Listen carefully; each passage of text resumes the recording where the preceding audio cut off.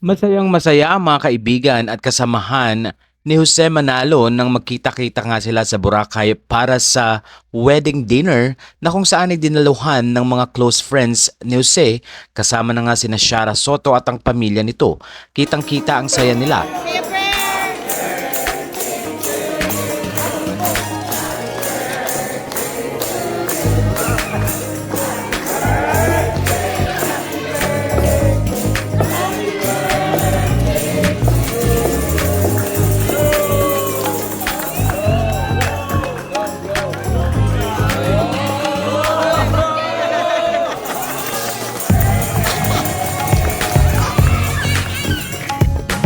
Kaya naman pagdating ng December 17, 2024, kitang-kita din ang saya sa mukha ng aktor at host na si Jose na kung saan ay ikakasal nga sa kanyang longtime partner na si Jean Maranan. Narito ang ilan sa mga highlights ng nasabing wedding na ginawa sa Boracay na tila umuulan na sa reception pero kitang-kita pa rin ang excitement ni Judy Ann Santos na isa nga sa mga guests sa nasabing wedding.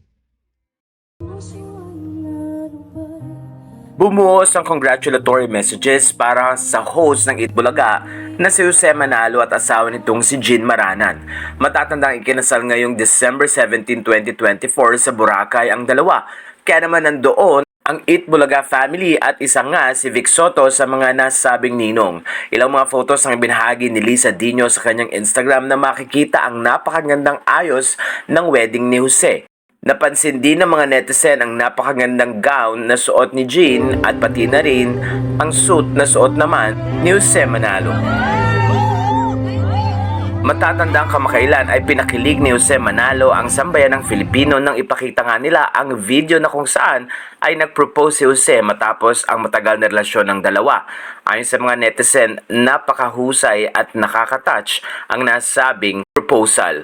At marami rin ang natuwa at kinilig nang ipakita rin ni Jose at ni Jean ang kanilang prenuptial photos na ginanap sa Canada at pati na rin sa Pilipinas. Kakaiba at talaga namang kitang-kita na perfect ang timing ng kanilang pag-iisang dibdib.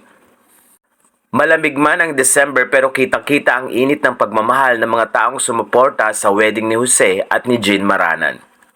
Matatanda ang naging maganda rin ang pahayag ng manager ni Jose na si Joel Roslin na kung saan ay sinabi niya ang ganito, "Good provider si Jose, deserve niyang magkaroon ulit ng asawa." Marami rin ang natuwa dahil napakasaya talaga ni Jose nang makasama nga niya ang kanyang mga Dabber Cats host na talaga namang punong-puno at suportado siya sa kasal na ito.